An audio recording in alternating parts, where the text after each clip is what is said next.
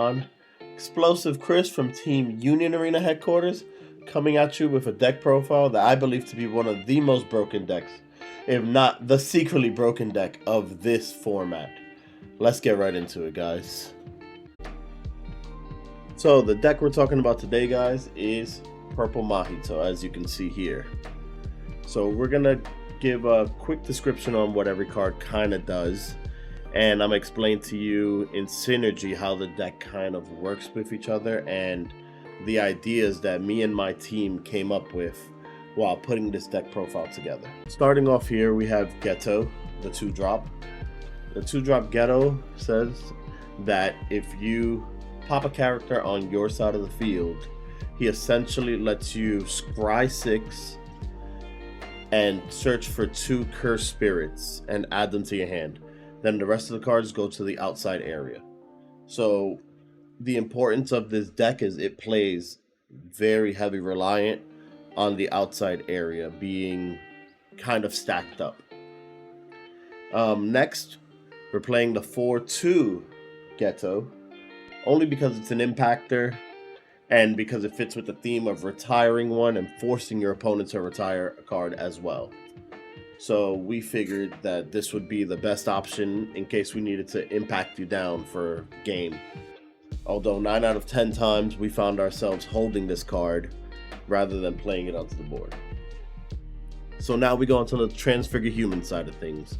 So we're running 4 copies of the Transfigured Human, of course, which says when you rest this card, you retire it, you choose one of your opponent's frontline cards and minus it by 1000 BP. This is going to be big, and we'll get back to why this is important later.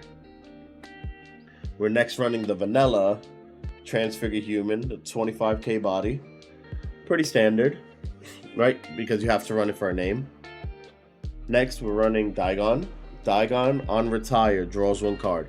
So now if you see the synergy here, you can use Ghetto and Daigon together to get Ghetto's effect first, search 6, add 2 cards to your hand, and then finish it off by drawing a card. Very powerful combo, guys. Very, very powerful. Next, because of the format and kind of where we're at, I feel like yellow and blue are going to be seen a lot more. So we're running Hanami, which essentially becomes a 2-drop if you're on the other side of blue or yellow. And the minute they, place down a card for energy, you're going to know what you're playing against. It's nothing more to say here. Every deck has one. This is just the one we're running. When Code Geass comes out, this card may switch. We'll keep you updated for that. Next, we're running 4 of the Vanilla Mahito, the 0-drop, because you must, right? Like, it's a Mahito deck. Come on, guys. Stay with me here. Alright, next, we're running the 3-drop Mahito, which says, when he's in the front line, you retire 1 character on your field, other than himself. So, if you have another Mahito, I believe you can. I'm not too sure. Don't quote me on it. But, other than himself, and you can mill the top 3 cards of your deck into the outside area and then revive a Transfigured Human from there, or play one from your hand onto the field in active mode. This essentially is going to allow you to fill up the graveyard and see everything you need. What you're trying to do is search self-embodiment, right? And because the deck necessarily doesn't have a way to search it, adding it to the grave is the second best thing. Because once you add it to the grave, you can then use Mahito, the 4-drop. And Mahito states that when he's raided, he minuses a character by 25 battle points. And then you can add a Transfigured Human or self-embodiment from your outside area to your hand. Very strong effect. Because, like I said, essentially you have no way of searching the best card in your deck, which is self-embodiment. And he's going to do that for you. Next, we're playing the 0-drop that produces 2 energy when he's rested, only because sometimes we feel like we're lacking energy in the deck. Hopefully when set 2 comes out of JJK, we'll be a lot more stable to where we won't need this. Next, every deck runs them. The domain expansion, which is our final. You gotta run 4. Please run 4. Don't run 3. Next, Idle Transfiguration. This card works in synergy with Mahito and with the transfigured human that we were talking about earlier. So it essentially can only pop a monster on your opponent's field. It can essentially pop a character on your opponent's field that's 3,000 or less. So with the game being very 4,000 body heavy, you want to use either your Mahito to lower him or your transfigured human to lower it to 3 or less, and then use this to destroy it. If you do, you mill the top 3 cards of your deck into the outside area, and you then are able to revive a transfigured human from your grave or play one from your hand set to active. And then finally, the best card in the deck, Self-Embodiment. We're running 4 of them only because you have to see this card. You're probably only going to play 2 at max, but you must see this card in order to win your games and close them out. Seeing this card or seeing 2 of them essentially gives you an additional attack for every copy of this card that you have on the field.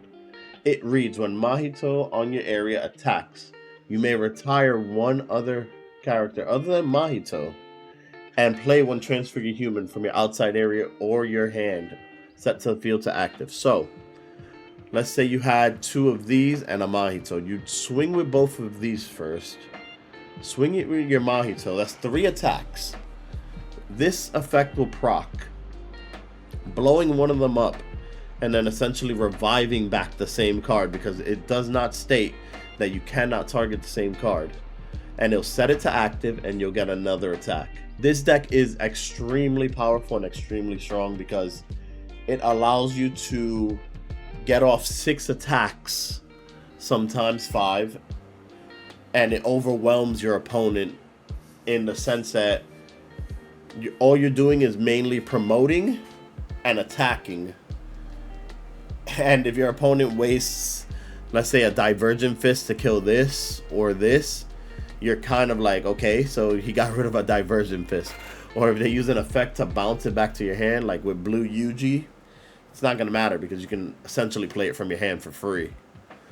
The deck is very powerful and I think it's very slept on. And moving forward in the format, this deck probably, this format, will take over as one of the strongest decks in the format. When Gios and other sets come out, maybe it'll fall off a little, but for now, I really love this deck, and I call it Mahito Rush. You guys can call it Ghetto Rush, Transfigured Human Rush, whatever you like to call it.